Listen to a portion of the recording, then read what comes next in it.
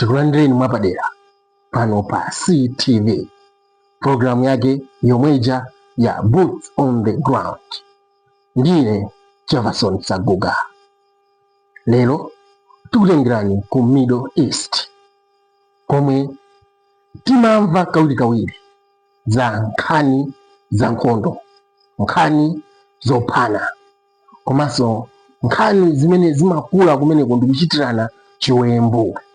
Ndiye lero CTV yafuna kukutengerani inu ku mayiko amene ali ku Middle East, ndipo ku mayikoko kuli magulu amene amachita zinthu za uchifwamba. Kodi chifwamba chimenechi chimachokera kuti? Kodi maguluwa ndi ati? Khalani pomwepo ndipo pangani subscribe channel chathu chino, komanso like ndi kupanga share video imene timakupatsirani pano pa CTV. Ndi cholinga chonena kuti inu musatsalire mbuyo, mukhale pamenepo ndi kumvera zinthu zimene inu zingakupatseni chisogozo, popeza dziko likuthamanga ndi zinthu zake, ndiye inu mukhalirani chipambuyo. Tiyeni tiyendeni limodzi pa program imeneyi ya Boots on the Ground, makamaka kukutengerani inu ku Middle East. Tiyeni tikhalireni limodzi. Lero monga ndanena kale kuti tikutengerani ku Middle East, ndipo ku Middle East tikutengerani ku dziko lija la Yemen.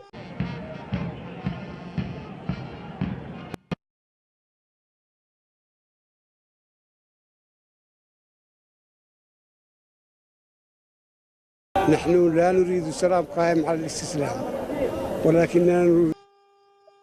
Yemen ndi dziko limodzi limene limadana ndi Israel. Akaona Israel, Yemen imene kuti ma Israel ni ma enemies athu. Akaona munthu wa ku Israel ndikuti munthuyo amakhala pa chiopsezo.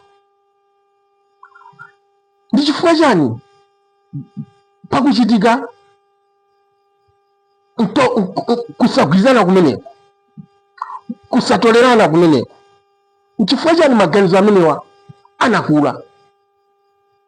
Nako tikapita ku Lebanon tipeza kuti kuli gulu la uzigawenga limene limadana ndi dziko la Israel, limadana ndi dziko la Israel, Hezbollah. It's the Lebanese group that's back in the headlines. There's been an intense exchange of rocket fire across the Israel-Lebanon border. Hezbollah fires across the border every day. Israel is targeting what it says are Hezbollah cells. Some countries classify Hezbollah as a terror group, but it's also deeply embedded in Lebanese politics. Nakuso tikapita kuma Palestina, ku Gaza.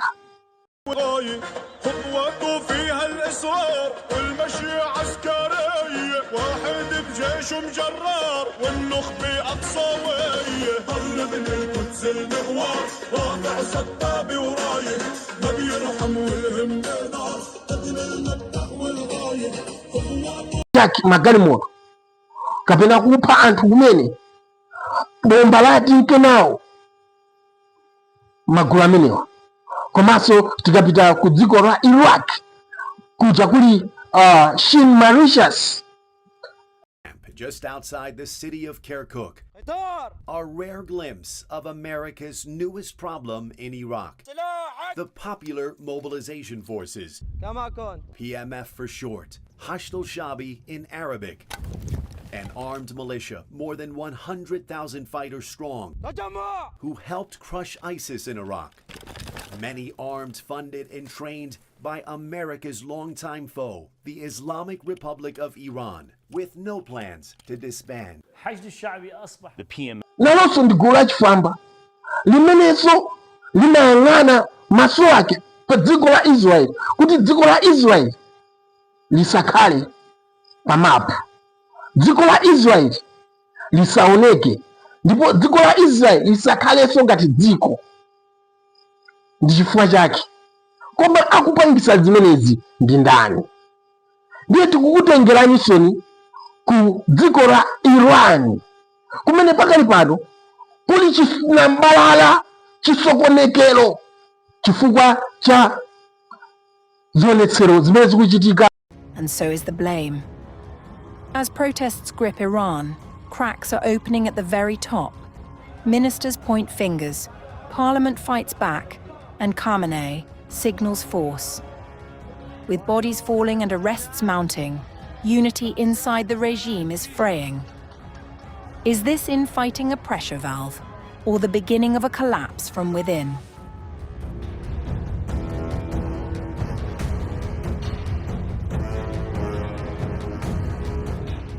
Iran's ruling establishment is showing visible cracks as senior officials turn on one another over the unrest shaking the country, exposing deep divisions in Tehran over how to confront one of the most serious challenges faced by the Islamic Republic in years.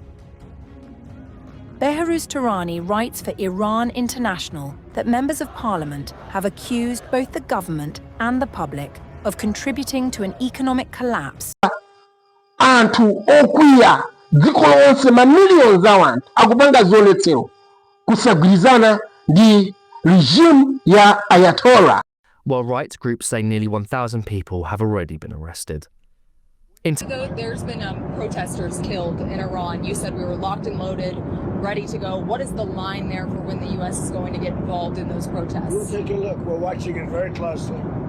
If they start killing people like they have in the past, I think they're going to get hit very hard by the United States. So far, however, there's been no sign of direct US action, even as the reported death toll continues to rise, and no clarity from the White House on what would actually trigger intervention. Facing growing internal pressure, Iran's government has announced new economic measures aimed at calming unrest. State media says President Masoud Pezeshkian has ordered security forces not to attack peaceful demonstrators, while officials unveiled emergency assistance to help families. So zinthu zimenezi ndi kumene kukuchokera zose orchestration yonse ya gulu la uzifamba limeneli likuchokera mphamvu zonse likuchokera ku Iran. Iran ikaona magulu amenewa na proxies awo amene amawapasa china chilichonse chothekera kuti athane ndi dziko la Israel. Ndiyo lero monga tanena kale kuti tikanene limodzi kuti tikaone ndi kumva bwinobwino kuti kodi chimachitika ndi chani, kuti dziko la Israel lidalakwa chani kwa anthu ngati amenewa, makamaka kwa Iran, chifukwa Iran ndimene imadana kwambiri ndi dziko la Israel. So Iran idapanga magulu proxies kudzera maiko amene nawatchulacha. Kuma Palestina mukapeza Hamas, ku Gaza ma Palestina mukapeza gulu lopya lao chifwamba la Hamas. Movement that defines itself as a resistance and pushing back against US. Ndipo tikapita ku Lebanon ndi kumene mukapeze gulu lopya kwambiri la Hezbollah. It's the Lebanese group that's back in the headlines. There's been an intense exchange of rocket fire across the Israel-Lebanon border. Hezbollah fires across the border every day. Israel is targeting what it says are Hezbollah cells. Some countries classify Hezbollah as a terror group, but it's also deeply embedded in Lebanese politics. Tikapita ku Yemen mukapeza gulu lao chifwamba limene limadana ndi dziko la Israel amene wamawacha ma Houthis.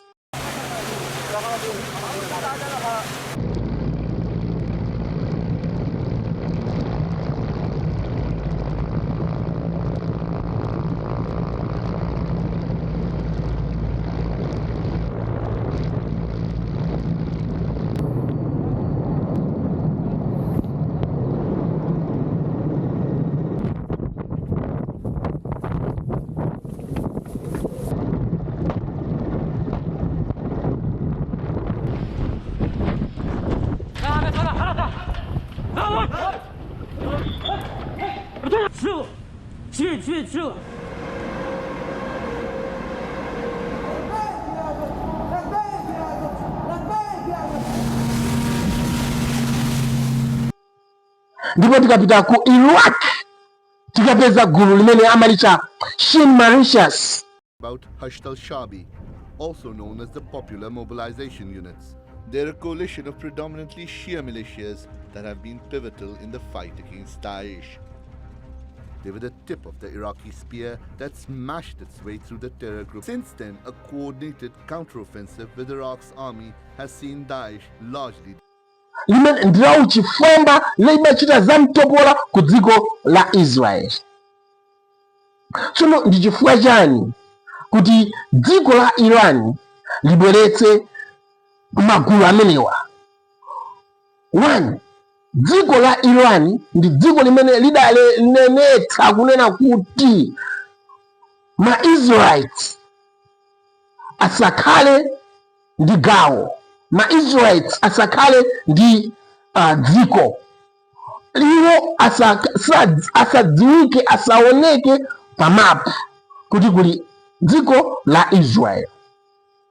Now Israel ikamaona zimenezi imaonanso kuti awa Iran si abwenzi athu, awa ni ma enemies, chifukwa amachitira zamtopola ife anthu a dziko la Israel. Now dziko la Israel monga tikudziwa, monga gulu limodzi, dziko limodzi lotukuka bwino pa nkhani za nkhondo, lodziwika bwino pa nkhani za nkhondo, technology ndiyo sayamba ku dziko la Israel. Dziko la Israel limayesetsa kupanga zinthu zoona kuti iwo atetezeke, chifukwa each and every day timamva kunena kuti Hezbollah yaponya mabomba ku dziko la Israel.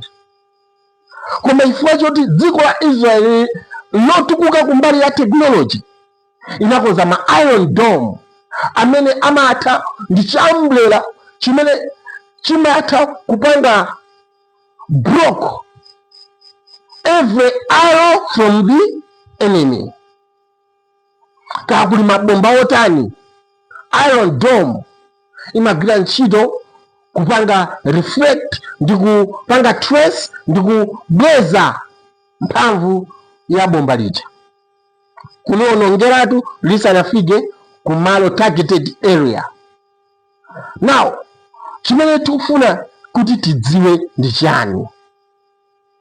Tikufuna mudziwe kunena kuti Ayatollah amene ali leader wa regime ya ndi limene limakolezera moto kwa magulu azazifwamba amenewa, magulu azazifwamba monga Hamas ku Gaza.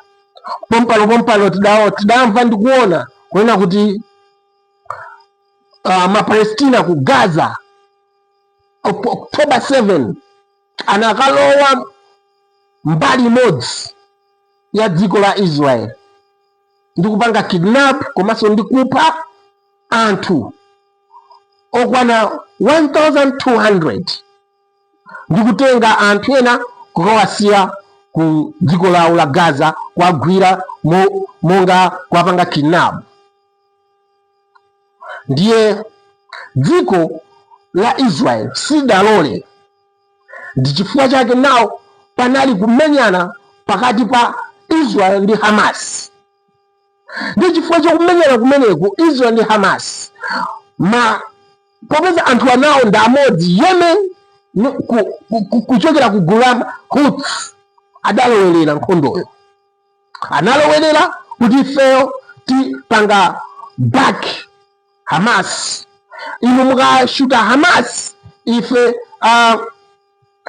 Houthi kuchokera kuno ku Yemen tishuta dziko lanu la Israel, tika mabomba mu dziko la Israel, tithira nkhondo mu dziko la Israel. Nalonso Hezbollah kuchokera ku Lebanon ati inu Aisraeli ngati mukuthira nkhondo Hamas, ifeso kuno tikuthirani nkhondo. Ndi dziko la Israeli kona tukona inali ndi adani kulandira mabomba kuchokera mbali zonse zosiyanasiyana, ena kumpoto, ena kummwera, ndi ena ku east. Chifukwa chimenechi nkhondo ija idapitirira. Israeli kufuna anthu ake abwerere, anthu amene anagwidwa abwerere ku dziko la Israeli, anthu amene adafa, amene anawatenga atafa awabweze ku dziko la Israeli kuti akayike maliro. Now Iran ikamaona choncho imasangalala kuti dziko lija likusautsidwa, dziko la Israeli likusautsidwa chifukwa cha mmene Israeli ilili. Anthu kungobadwa ndi mkwiyo pa Israeli, koma amayiwala kunena kuti Israeli ndi dziko, fuko lokondedwa ndi Mulungu. Amene akuchita udani ndi Mulungu ndi dziko la Israeli akuchita udani ndi Mulungu. Amene akupanga kesi akutemberera dziko la Israeli nayenso adzatembereredwa ndi Mulungu. Amatero mawu kwa anthu okhulupirira zimene tikuzidziwa bwinobwino. Ndipo Israeli imalimba mtima kudzera kwa prime minister wawo Netanyahu. Netanyahu ndi prime minister olimba mtima, amene dziko limene limawacha iwo ma enemy akamamona Netanyahu amamona ngati munthu oyipa mtima, pamene sizili choncho. Amene kuti padzakhala nkhondo pakati pa chabwino ndi choyipa. Now gulu la Israeli limapanga defend chinthu chabwino ndi kubweretsa mtendere. Israeli imafuna mtendere, koma chifukwa cha magulu awa for the urban combat that they'll soon face if and when there is an incursion into Gaza. פתח במתקפה מאוד מאוד קשה נגד הצבא ונגד אזרחים, להבטיח שהוא לא יוכל לעשות את זה שוב בעתיד. אי אפשר לעשות את זה רק בתקיפות אוויריות.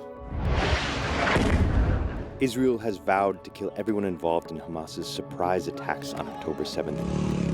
And the military now says it's ready for a ground offensive to further their aim. How do we prepare? Look, we have our intelligence and we have our training, and we know what we're up against. The Israeli air and artillery bombardment of Gaza has killed civilians and laid waste to entire neighborhoods. Human rights groups have criticized their tactics, and many Western officials are urging caution as a full-scale ground assault could result in more civilian casualties. Here's how they're preparing to fight. Israeli pofuna mtendere imafuna mtendere kudzera ku nkhondo tsopano, chifukwa sangangonerera kuti adani awo akuamenya ndero kungokhala chete, amabwezera. Ndipo akamati akubwezera amabwezera ndi zowawa. Ndino gulu la Hezbollah ndi gulu limene limalandira ndalama zithandizo kuchokera ku Iran. Iran lero ikusautsidwa chifukwa chonena kuti ndalama za dziko lawo zambiri zimakhala zikupita ku magulu amene wa maproxies amene wawa. Ndalama zawo zambiri momwe kupanga zipatala, momwe kupanga masukulu, momwe kupanga zinthu zoti anthu azipindula nazo mu dziko lawo, amalimbana ndi kupitisa ku magulu aza uchifwamba kuti azipangira uchifwamba dziko la Israeli. Ndiye lero ku Irani kwatembenuka. Lero ndi tsiku la namba 20 limene anthu ali mu street mpaka lero. Anthu ambiri afa 16,500 afa chifukwa cha ma demonstrations. RGC lero dziko la America latumiza asitikali kuti akathandize kupulumutsa anthu amene akupanga zionetsero ku dziko la Iran, komanso kufuna kuchotseratu ulamuliro wa Ayatollah. Chifukwa ulamuliro wa Ayatollah anthu aku dziko la Iran akuona kuti walephera kulamulira, ndipo anthu akufuna Reza Pahlavi amene ndi mfumu imene ili ku America mu chaka cha 1970, 1978 fumu idaphedwa, idachotsedwa pa ufumu, mfumu kuchotsedwa pa ufumu kubwera Ayatollah kudzakhala ndi gulu lake. Ndiye ana a mfumu imeneyo Reza adapita kukabisala ku dziko la America, ndipo anthu lero they are chanting dzina la Reza kuti abwerere ku dziko la Iran ndi kukakhala mfumu, prince ndi kukakhala prince ku dziko lake la Iran. Koma iyeyo wanena kuti iye ndi wokonzeka kupita ku Iran, pakakhala kuti zonse zakonzedwa bwinobwino, ndipo iye ndi wokonzeka kupita kwake kwa ku Iran. Sikuti afuna kukatenga maudindo iyayi, wanenetsa kuti ine sindifuna kupita kukatenga maudindo, ine ndikufuna kukakhonza ndi kubweretsa democratic government, kukakhonza zinthu zina ndi kubweretsa democratic government. Ndiye kuti iyeyo azikangoyang'anira panga orchestra, koma anthu olamulira akakhala anthu amene afunidwa ndi anthu a mdziko lawo la Iran.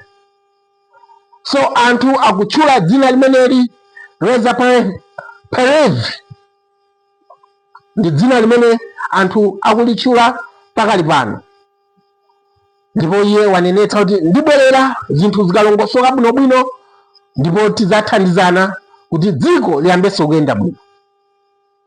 Koma magulu awa Hezbollah,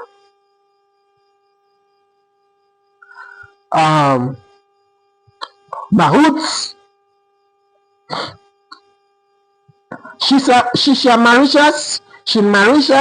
Shin Mauritius ya ku Iran, Houths ya ku Yemen, komanso Hezbollah ya ku Lebanon ndi Hamas ya ku Gaza. Amenewa ndi amene amapanga za ukazitape za mtopola ku dziko la Israel, ndipo dziko la Israel silukhala chete, laphulitsa mabomba ku dziko ku magulu azifamba amenewa. Hamas inali ndithu ndi mathanelo awo amene anthu amabisala pansi, 50 meters down, 100 meters down, mathanels kubisa. Akunena kuti Gaza inadzaza ndi mathanels, koma dziko la Israel lalimbana nako kulimbana kwabwino, ndipo mathanels ambiri aphulitsidwa, ndipo anthu ambiri gulu la Hamas anagwidwa, ndipo ambiri anaphedwa. Ndipo ulamuliro wa Hamas pano sikudziwika kuti ukuyenda motani, ndipo pompano timva kunena kuti ku dziko la Palestina kukhala ndithu dziko loyima palokha, Gaza likhala dziko loyima palokha ndithu ndi anthu ake, kudzera mu komiti imene Trump wakhazikitsa sofa, limene likuyang'anira zinthu zonsezi ku dziko la Gaza. Nawo ku Hezbollah nakonso kudzera ku asitikali aku Lebanon akufuna kupanga disarm Hezbollah, kuyilanda zida kuti isamagwiritse ntchito, ingokhala gulu kapena chipani, koma osati chokhala ndi mphamvu ngati za asilikali. Nawo chimene chikuchitika pano nchonoti dziko la Israel mogwirizana ndi dziko la United States of America komanso ndi Lebanon agwirizana kuti apange disarm magulu amenewa au chifamba ku Hezbollah. ku Yemen kulaza chifamba limene lanyanyala ndi dziko la Iran, anyanyalitsana chifukwa sakutenga zimene adalonjezana ku dziko limeneli la Iran. So far pakali pano magulu limene la Houthi likuchita zapaloka, ndipo pano dziko la Yemen likuphulitsana mabomba ndi gulu limeneli la chifamba la Houthi. Nako ku Iraq kumene kuli Shin Mauritius, gulu la chifambaso limene limalandira ndalama kuchokera ku Iran, nakonso kumeneko kwavuta kuona kuti ife tisiya mgwirizano umene utithetsa, tisamangogwira ntchito zakalavulagaga, ndipo Israeli kuyambira lero sikhalanso adani athu, chifukwa udani umatiyambisa dala ndi inuyo a Iran kuti ife tiziyambana ndi dziko la Israeli. Izizi ndi zimene zikuchitika so far. Tipempherere kunena kuti dziko la Israeli lipitirebe kuyenda bwino. Dziko la Israeli ndi dziko limene Mulungu analidalitsa, dziko limene Mulungu adalikondera, ndipo ndi dziko limene aona kuti ifeyo tikapemphera Jerusalemu tidzatenga madalitso. Ndetiyeni tipemphereni dziko la Israeli, magulu onsewa achifamba amenewa apachidwe demolish, athe kuti dziko limeneli lipindulire anthu ambiri, libweretse mtendere ku Middle East. Ndi dziko lokhali limene lingabweretse mtendere ku Middle East. Nako ku Qatar nawonso kumeneko maso awo akuyang'ana mwachidi ku dziko la Israeli kuti kodi kumeneko apanga zotani pa nkhani ya Iran. Kwa lero bwanji tisiyane pomwepa, tizabweranso ndi zina kuti mupitirire kudziwa zimene zikuchitika pa dziko lapansi. Ino ndi Boots on the Ground, ndine Jefferson Saguka. Timakupasirani izi ndi cholinga choti inu musaphonyedwe, mukhale nawo anthu oyambirira omva zimene ku dziko zikuchitika. Nako ku Malawi kuchitikanso zinthu zambiri. Khalani pomwepo pamene tikubwera ndi programu ina yokhudzana ndi dziko la Malawi komanso zimene zikuchitika ku Malawi.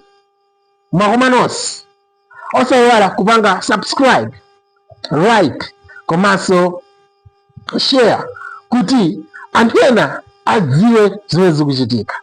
Mwakoma nonse, Ambuye akudalitseni. Ine Jefferson Saguka, ziko.